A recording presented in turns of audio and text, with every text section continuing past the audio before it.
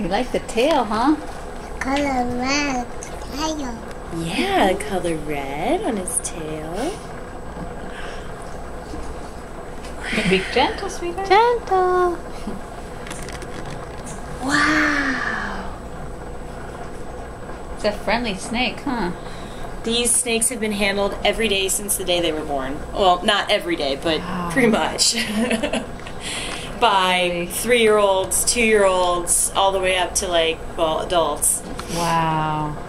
I was here when they hatched. I was actually getting my interview when they hatched. Oh wow. Yeah, I looked in their incubator they had, and I said, "You realize your snakes are hatching, right?" And they're like, "Well, no, they're not hatching." I said, "Well, this egg is open, so yeah, they're hatching." Wow. It's really funny.